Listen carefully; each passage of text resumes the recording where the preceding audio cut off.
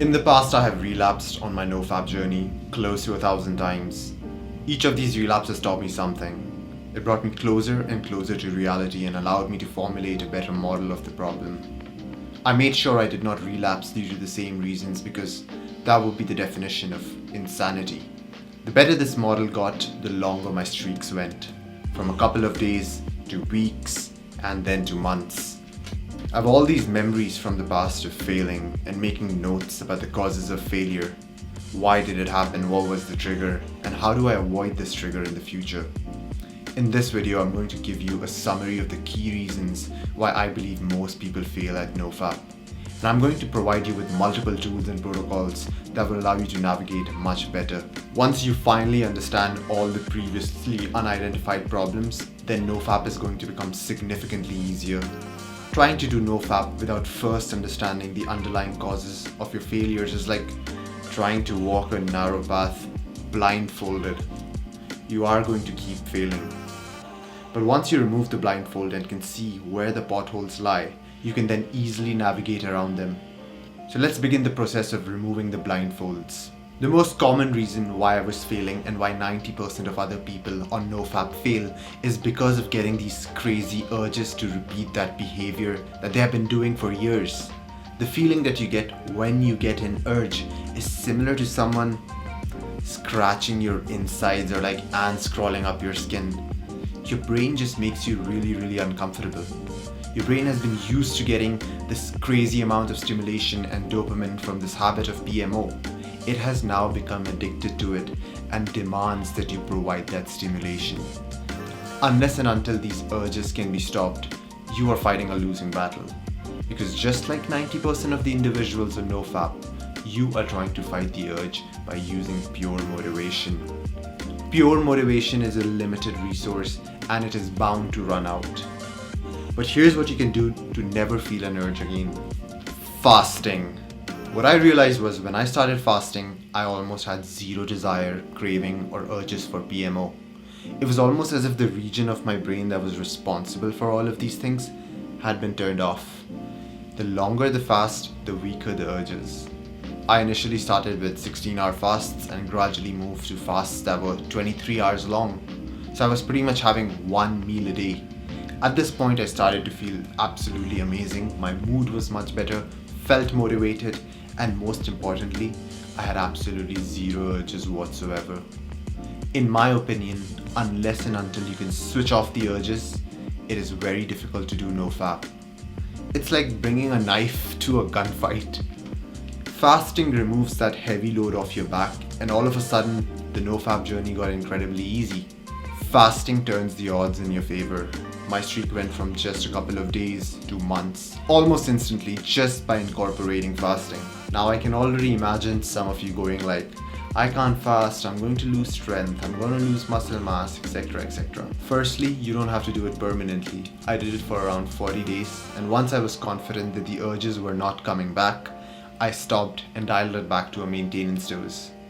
As for the loss of strength and gains, there are some losses for sure, but I was able to recuperate any losses within like the first 1 or 2 weeks after I stopped fasting, and I actually got stronger and leaner after that.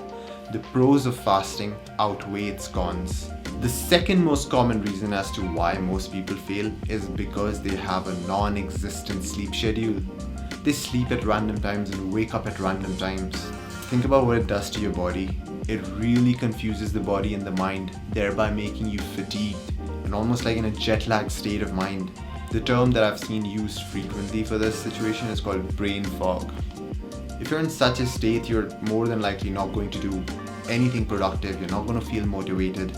And in the absence of productive activity, you're going to do the obvious. You're going to fill that void with instant gratification, such as PMO.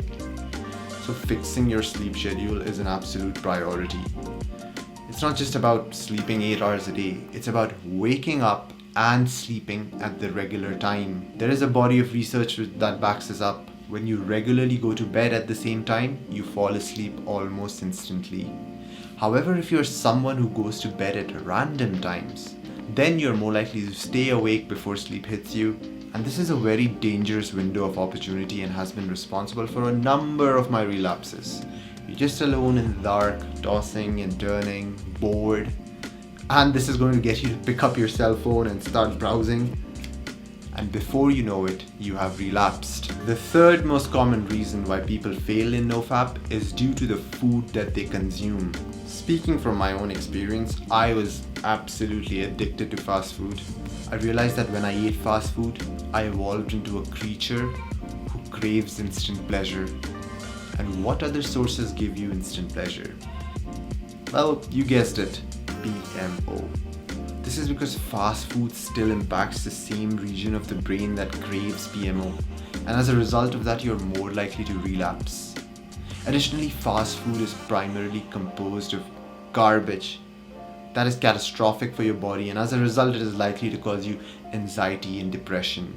And the default response of most individuals early on in their streak to stress and anxiety is instant gratification through PMO.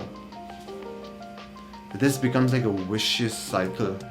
There's a lot of truth to that saying, you are what you eat. Today I only eat whole foods and my diet is primarily composed of meats and fruits.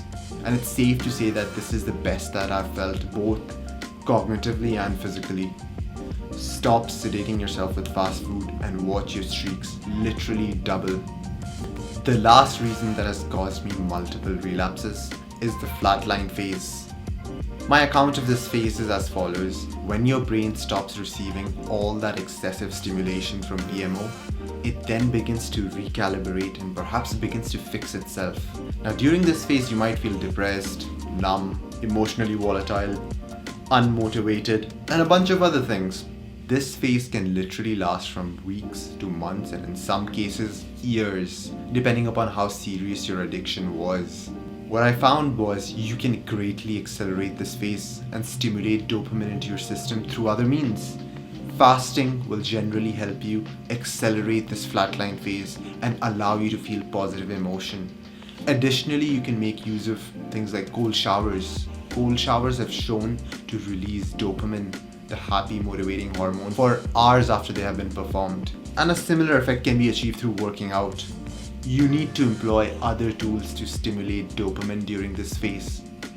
In my experience, fasting accelerates the healing process significantly, and the faster you rewire your brain, the more likely you are to not relapse. So these were my most common reasons for a relapse, and addressing these reasons allowed me to have incredibly long streaks. I can almost bet you that if you address these 4 common reasons, you will significantly reduce the number of relapses you have.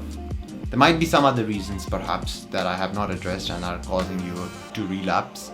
Make sure you identify what went wrong each time you have a relapse and make a mechanism to navigate around that problem if it occurs in the future. If you enjoyed this video, make sure to drop a like. Thank you.